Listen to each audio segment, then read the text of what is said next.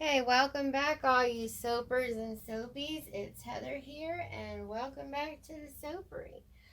So I've taken a little break and the 4th came and gone and now it's back into getting soaping and stocking up because everybody knows that makes soap and sells it or candles or anything like that. If you got fall shows and holiday shows, this is the time that you should be stocking up. So today I never showed you how I made one, so we're going to do something a little bit different. I'm going to do a salt bar. I know a lot of people on YouTube that are soap makers that do videos are doing salt bars now, and I'm going to show you my rendition, which is pretty much the same as everybody else's, kinda.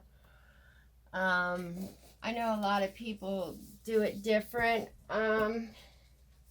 because it's so hot in my studio. I have my fans running and stuff. And this summer, it's a good little tip for you. You might be able to get these online somewhere. I think they're cut resistant too. But I use these if you're in a hot space and you don't want to be wearing long sleeves and a jacket sweating yourself to death. They fit over gloves, under gloves really nicely, and you're pretty much covered up to here. So if you have any worries of splashing yourself with lye, they actually really do protect you well. If they get dirty, just throw them into the washer. That's what I do. They do get a little pilled and stuff after a while, but it takes a while before they start looking yucky. But anyway, okay. So now I use fine grade sea salt. I get it at my local restaurant supply. It's just fine sea salt. It's 8 pounds. This stuff is really cheap. I think I pay like $4 for this, if that. And this is a 10-pound batch. I'm going to do it in a slab mold. I just pull it out, and then I have a cutter that goes with this. I usually sometimes will put the slab back in here after I get the freezer paper out, but most of the time I just lay it on my surface and cut it like you normally would. I have a cutter that goes with it. If I have any extra, which I usually do, I'll just pop them in my little flower molds and make some little salt pucks. Well, the scent is from AZTEC, Grapefruit Mangosteen. This stuff smells so good. Fresh, citrusy, fruity, florally, all at the same time. It's out of this world. It does discolor it a little bit, but the colors I'm using should offset that. I'm not using any TD, so I'm going to do a pink and an orange swirl for ruby red grapefruit for the pink, and then the orange for the mango. I'm using Nurture Soap Love Song and Nurture Soap's Orange Marmalade, which I love this color. The marmalade one is wonderful. So I use the whole thing in here. So what I'm going to do is get the lye in here, get it all, emulsified, pour in the salt, split it up, stir in the colors, and pour it in and do like a swirl. That's it. It's not going to be anything fancy. Salt bars are more luxurious and for your skin to get all that dead skin off of there, especially after the summer and everything we've been doing and tanning, and they're just lovely for your body. It helps pull out the toxins and all that good stuff. So what else did I want to say? I wanted to say something. I'll probably put glitter on top a little bit, but other than that, this scent is actually, it could be for either male or female. It just smells very fresh and clean. And so on my recipe, I use 90% coconut oil, 20% super fat, and then I use 5% shea and 5% castor. And that's about it. I do want to put in here just a little bit of kaolin clay before we get going here. So what I'm going to do is just blend in some kaolin clay quick, which I forgot to get it out. So excuse me.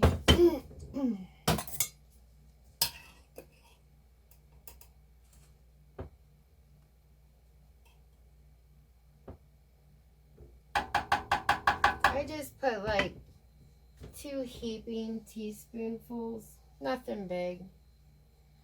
That just helps anchor the scent a little bit, which usually in a salt bar, the salt anchors it, but it'll be fine. I just want to get this kind of emulsified in here, or not emulsified. I just want to get this mixed in here, this kaolin clay, before I put my lye in. So just bear with me. So that's pretty good on that. So now what I'm going to do, let me flip this around, is we're going to get in the lye and get it emulsified here.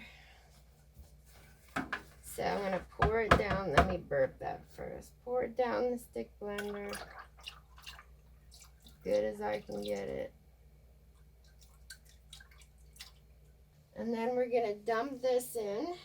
All the salt. I broke it up pretty good. And then I'm going to whisk it in.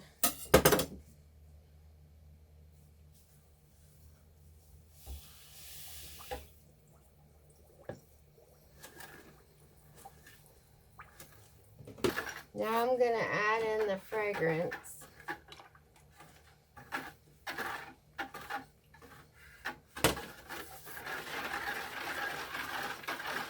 And it smells so good.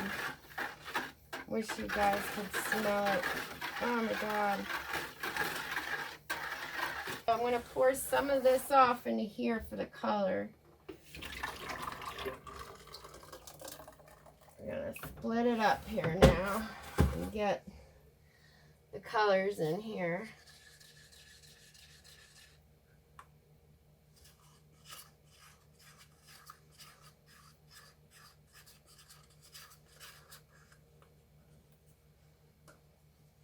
That's the pink and the orange.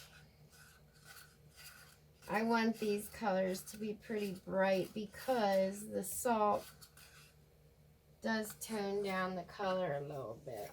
So let's see what we got here.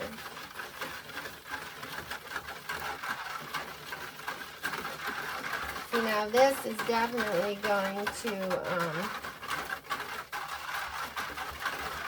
get a lot lighter. And we'll get the orange.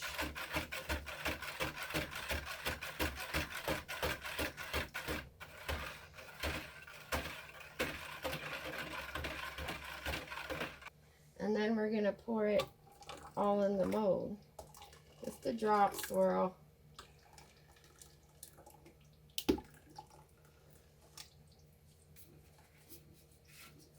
Get her in here.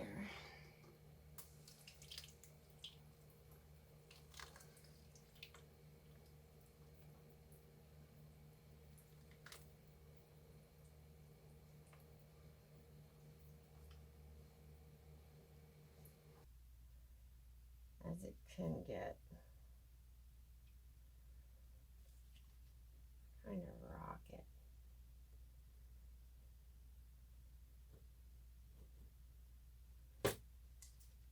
Yeah, see, much better.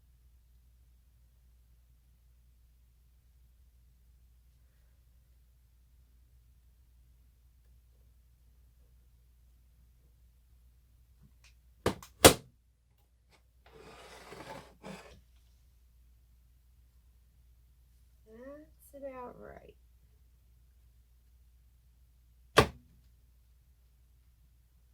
Cuts way better with the wire.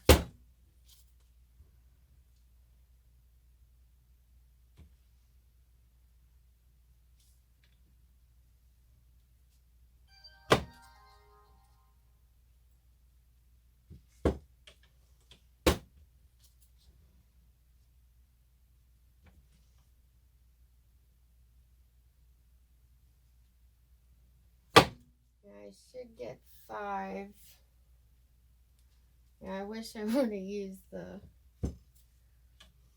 wire cutter to begin with. I waited a little bit too long. Just a little bit too long.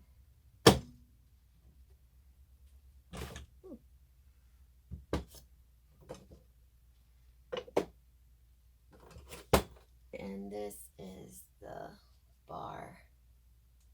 So these will turn into just almost like a stone. They'll get really nice and shiny. They're wonderful to get dead skin off and all that. These I still will let cure out for 4 weeks. I still do cure them out the same amount of time as my other soap. A lot of people say you don't have to, but I do. You just never know, and it's totally up to you, but that's what I do. So again, if you like this video, please like, share, subscribe, leave me a comment down below. The colors I use will be down in the description box of all the ingredients and micas I use, scents. So I'll catch you guys for the next one.